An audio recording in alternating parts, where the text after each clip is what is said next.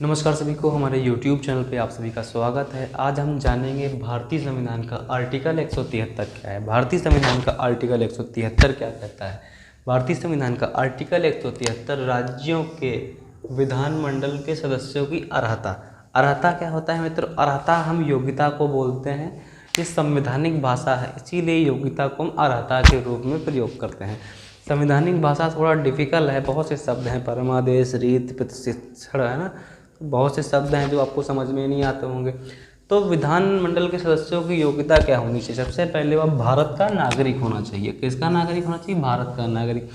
अगर वह भारत का नागरिक नहीं है ना, अनुच्छेद 5 से 11 तक भारत का नागरिक होने का सारा इधर राइट्स बता रखा है, हमने वहाँ जाके विजिट करें, उन सब कंडीशन को फॉलो करता है तो वह भारत का नागरिक है और वह योग्यता पास कर लेगा विधानमंडल सदस्यता की। दूसरा प्रोसेस क्या है? चुनाव आयोग का जो होता है पूरा प्रोसेस। चुनाव आयोग का प्रोसेस क्या होता है?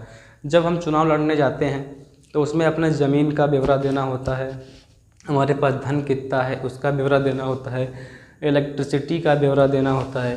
तो इन सब ब्यौरा जो होता है, इन सब के लिए एक चुनाव आयोग का एक फॉर्म होता है, उसको फिल करके अपनी सारी जानकारी चुनाव आयोग को देनी होती है।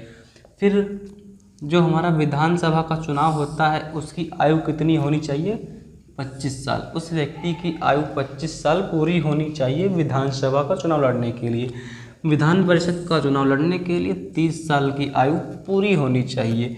और इसको संसद इस पर भी एक कानून बना सकती है।